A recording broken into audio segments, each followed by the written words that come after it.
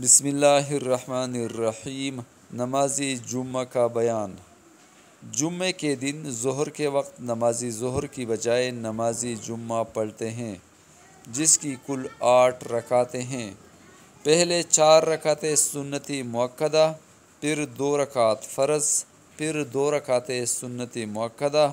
بعض فقہا بیان کرتے ہیں کہ پھر 4 رکعتیں سنت غیر مؤکدہ پڑھنی چاہیے اور 2 رکعت نفل بھی پڑھنی چاہیے۔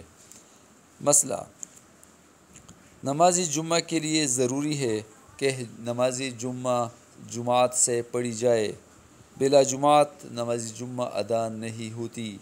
اگر کسی کو امام کے ساتھ جمعہ نہ ملے تو اس کی جگہ نماز ظہر پڑھ لے۔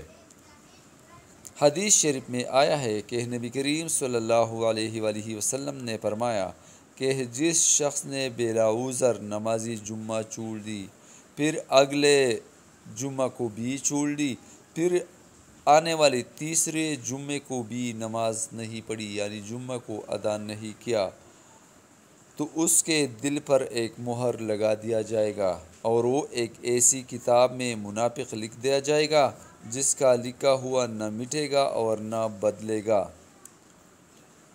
مسئلہ: ہم نے جو غیر مؤکدہ سنتیں اور نفل نماز کا ذکر کیا ہے کہ بعض فقہا فرماتے ہیں کہ 2 رکعت نفل پڑھنی چاہیے اور 4 رکعتیں سنتیں پڑھنی چاہیے، تو اس کا حکم یہ ہے کہ اس کو پڑھے تو بہت ثواب پائے اور اگر نہ پڑھے تو کوئی گناہ نہیں مگر ثواب سے محروم ہوگا۔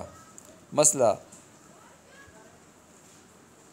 سنتی مؤکدہ پڑھنی لازمی ہے۔ سنتی غیر مؤکدہ اور نفل نماز اگر پڑھے تو اجر ملے گا، نہ پڑھے تو کوئی مضائقہ نہیں، لہٰذا فرض نماز اور سنتیں پڑھنی چاہیے۔